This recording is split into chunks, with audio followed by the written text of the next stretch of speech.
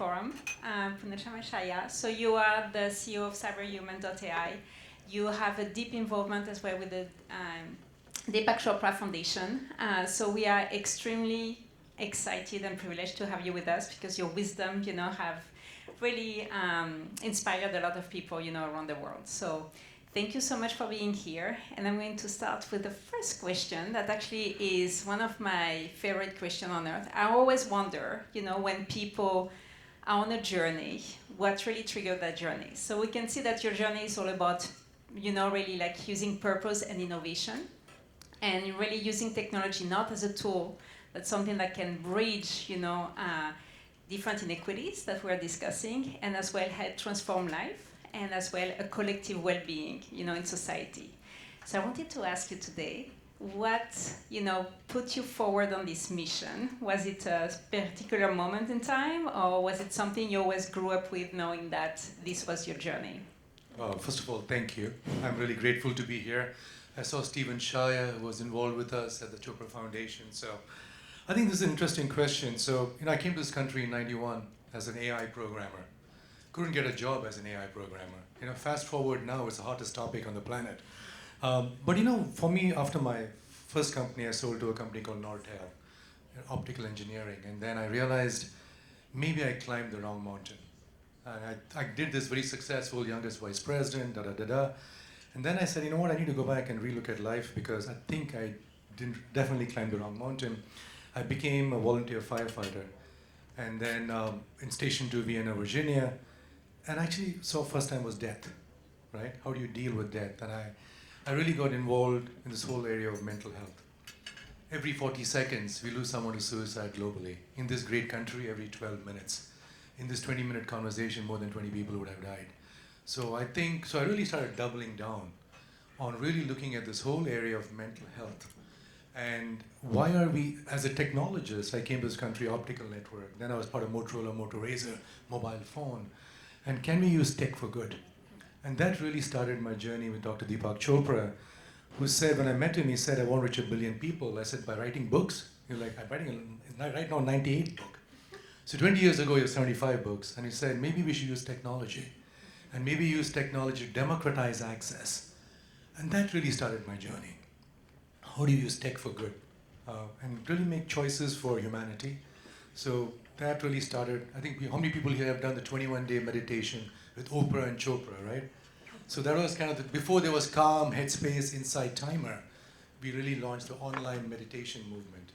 And that has become kind of the story of my life. And I think I shared with you, during the pandemic, my son, who was 16 years old at the time, also went through mental health. And I was supposed to have all the mental health resources. And I realized, wow, I'm not talking to a younger generation.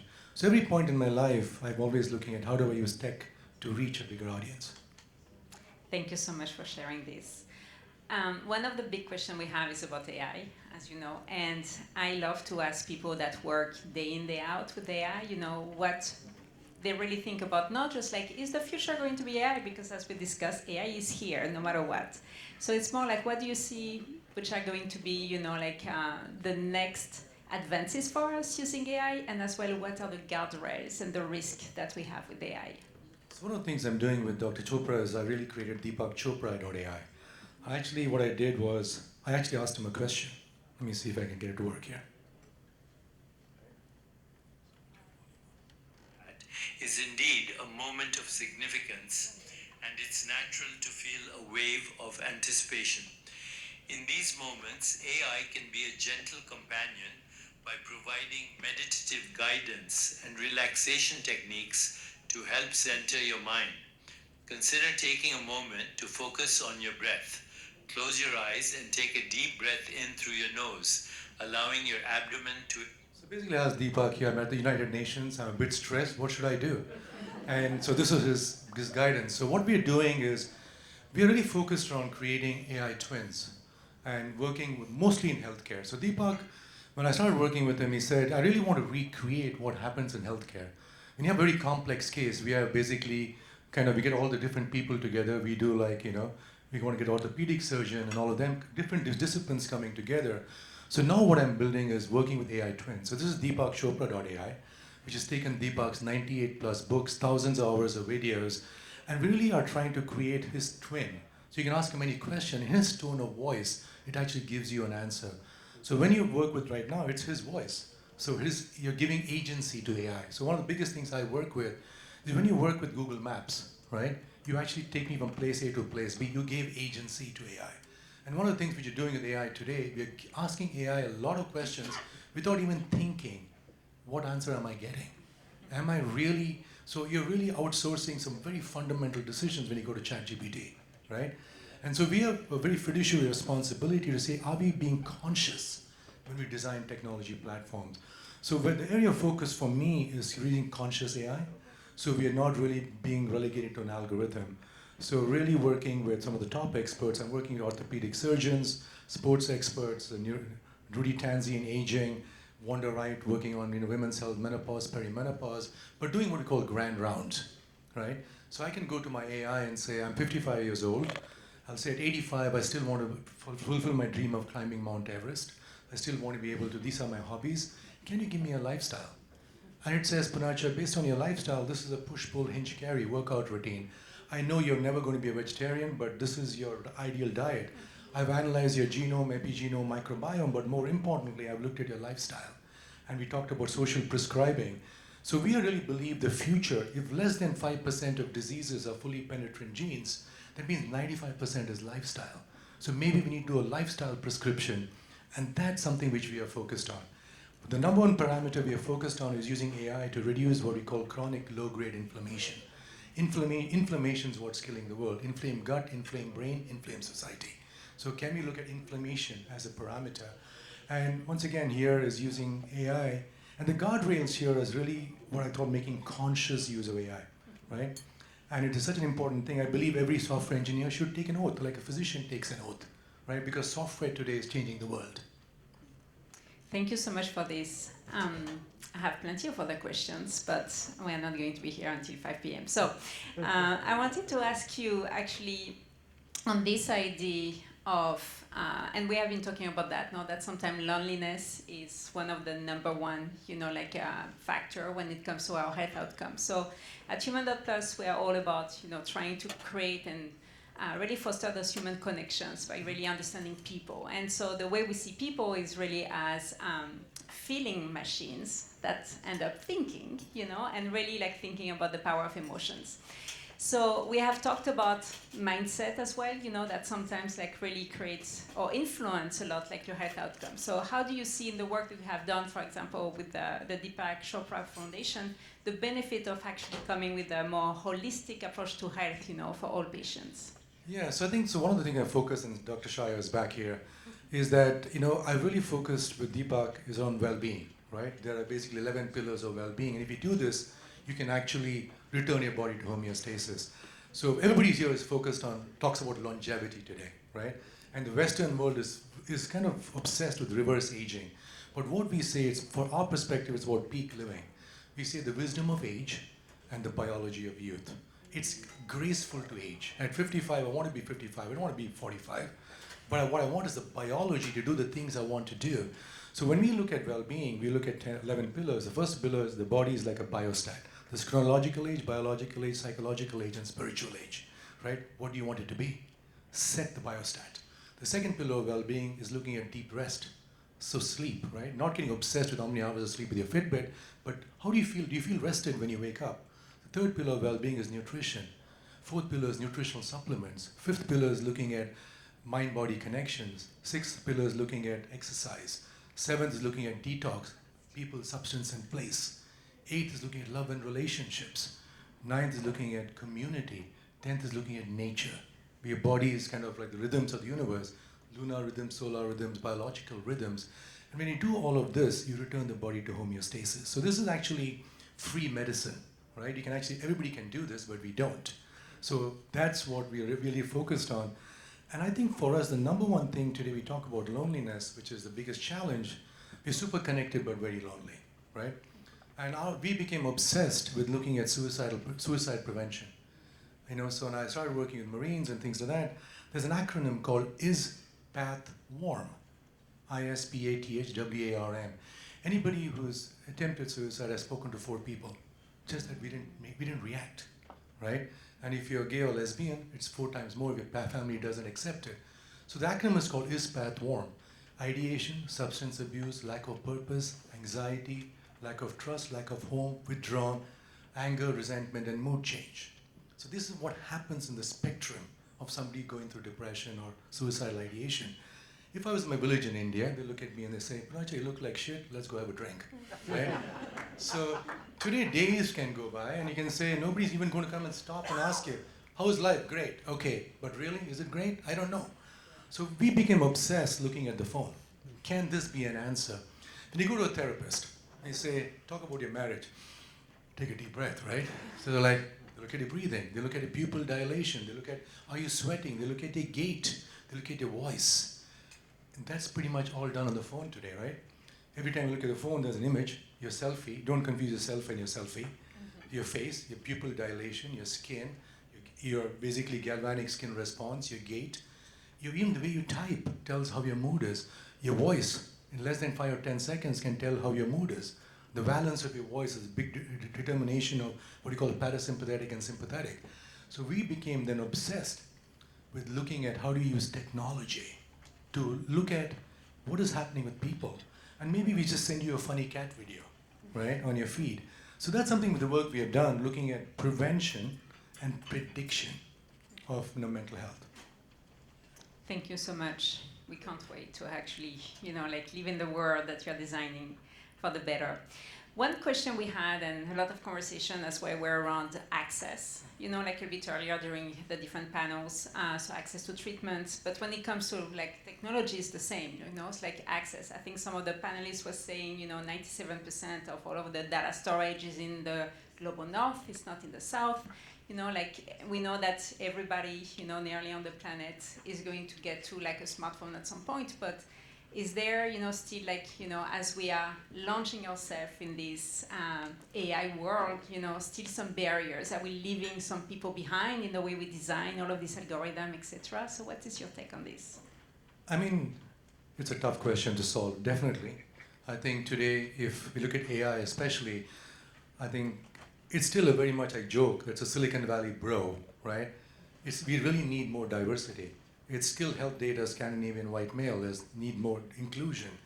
I mean, I think, and I look at the way we need more women in the workforce, especially in AI. So I think there is definitely a lot we need to do to bring equality into the AI world. But also I'm very optimistic that there are new models that are going to come. Like when I was in India last week, Perplexity gave everybody in India with a SIM card free access for 1 year, right? That's amazing. So everybody today is now on Perplexity in India. So I think the world needs to come from abundance mindset versus scarcity. I think Gandhi said, enough in the world for every man's need except for one man's greed. Greed is killing the world. So I don't think there's a scarcity problem. I think there's an abundance mindset problem. And I hope that with technology that we can actually bring the gap together much more faster than before. Great. I wanted to ask you, because we are in as well in the business of relationships, when we think about our patients, caregivers, and our HCPs, we're just talking about the HCPs not being part of the conversation sometimes, but at the end of the day, this is what is really dictating as well some of those health outcomes. So what do you see is the role of AI, in empowering that relationship and actually augmenting our humanity rather than diminishing it in that healthcare space? Yeah, I think this is something I joke that if I have to build an app, it's going to be called Tender, the opposite of Tinder, right? So I think there is this need, and I went to Sean Rad and I said, this swipe left and swipe right has been the biggest disservice to humanity. You took one of the most amazing, complex human being, and just in that user interface, it's such a disservice, right? So I think today when you look at designing AI and designing systems, we got to design for compassion, right? So one of the things we are working with, really creating this movement called love in action. Love without action is meaningless, and action without love is irrelevant. But love in action can change the world. And it's based on 4 A's. The 4 A's, the first A is attention, deep listening. People have lost the art of listening. So when we design AI, can you design AI which gives attention, right? The second A is affection, appreciation. So when you have attention, there's appreciation. Today, people are in relationships, they don't even know what their partner wore to work. So attention, appreciation. The third A is affection, love, kindness, tenderness, compassion. And the fourth A, the hardest one, radical acceptance. It is hard to change yourself, it's impossible to change anybody. The reason I say this is because intention, attention, transformation, right? When you design a system, you have to design with compassion and empathy in mind, not outcome. When you look at, when I was part of Nortel and optical internet in 91, 92, what did we say? We want a lot of data on the network. Big pipes, a lot of data, and what happened? Number one traffic on the internet is porn, right? The second thing, we designed mobile phones. We said, what do we want? We want people to always be on the phone, never to leave the phone. What did we do? We cookied people, and what did we create? Addiction. So let us be very careful what we want to do with AI, right? I think we are at the crossroads. One is evolution and transformation as a species. The second one is not looking that great. So I think it really comes down to this room looking at what do we want from this technology, and what are we willing to do to be conscious about its implementation. Thank you. I'm going to ride on your positivity because we have had a lot of conversation as well about what does the future looks like, and especially I love asking people who work so close to technology to see really if they go into a dystopian, mind, or if they go into, like the glass is actually half full. So you told me that you are positive, at heart, and you still believe, in humanity and the future. So if we were to actually fast forward 10 years from now, and if we were to live in this radical and pathetic, AI-driven world, how does healthcare looks like, you think? I think somebody's mentioning about the P's. I think the future of healthcare is, first of all, predictable. It needs to be personalized. There needs to be a process, a platform. And the fifth one, participatory. You need to participate in the thing. So I really believe in this future, because you don't have to look at Poonacha Machaiah as a 55-year-old Asian male. That's typically what the healthcare system would say I am. First of all, I'm in South Asia, I'm from India. I'm in a very small indigenous tribe, last of the Mohicans, really. So I think today we don't have to look at people as a statistic. You can get very, very precise. And today, I think that's what I believe in, right? I think healthcare will get so predictable that we don't have to look at disease later on, but catch it much earlier on, right? I think that's when I look at even my own health data today. I use algorithms on my own thing. I can go back and titrate it very precisely. I can go back and I'm going to party all night tomorrow. What do I do day after, right? And it's actually pretty good. It tells me like what's my recovery protocol, right? And I think that's what we're going to get to.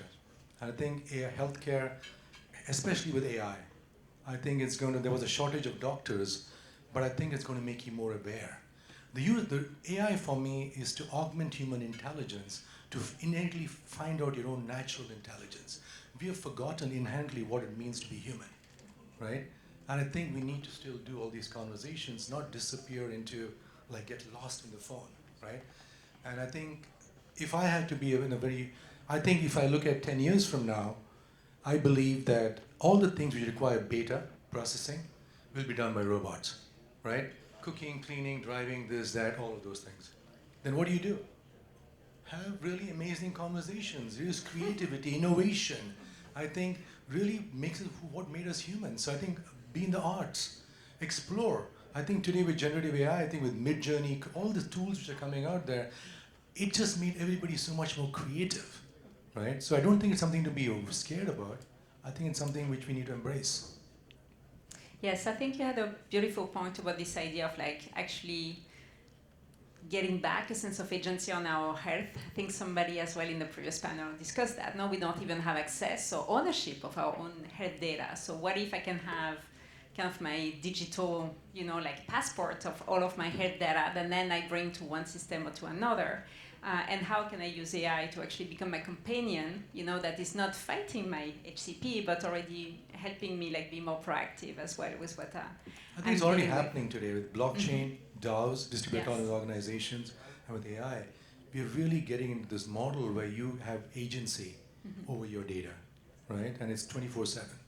Yes. So as a last question, because I'm sure somebody is going to flag me last minute, yes. I have a final question for today. It's going to be another conversation another time. But for today, I wanted to ask you, what do you think is one tip that you can give to the audience for them to actually have a better life from a well-being perspective on a personal level? And maybe one other tip that you can give us in terms of how can we create more positive impact in healthcare? I think one which I mentioned is love in action, the 4 A's: attention, appreciation, affection, and acceptance. Other things, I'm going to tell you a very short thing which Deepak, when he met his teacher, who was Maharishi Mahesh Yogi, the Beatles guru, and apparently he was in New York and there was a question. He had just come from Himalayas. He had no idea. He asked Deepak, being a physician, he says, Deepak, what is all these people talking about stress? I don't know what this word means. He had never heard stress. So Deepak, being a physician, said your heart rate goes up, your blood pressure goes up, stay sticky platelets. He looked at Deepak and said, that is resistance to existence. Right? Stress is resistance to existence. And when you have no resistance to existence, it's flow. Selfless, timeless, effortless, and richness of experience. So what I would say is that let us try to get flow states. Like Bruce Lee said, be like water, right? If you can be like water, I think everything is impermanent. And I would say resilience is about impermanence. ABC, an attitude of gratitude, believe in impermanence, and make a conscious choice, which is Viktor Frankl's Man's Search for Meaning, always choose love. Thank you so much. Thank you. And I don't think we can top that. So I wanted to say thank you so much, Poonacha, for sharing your wisdom, your insight. I hope the audience as well had felt as enlightened as I have been by discussing with you. So thank you again. Thank you. Enjoy the conversation, Caroline. Thank you.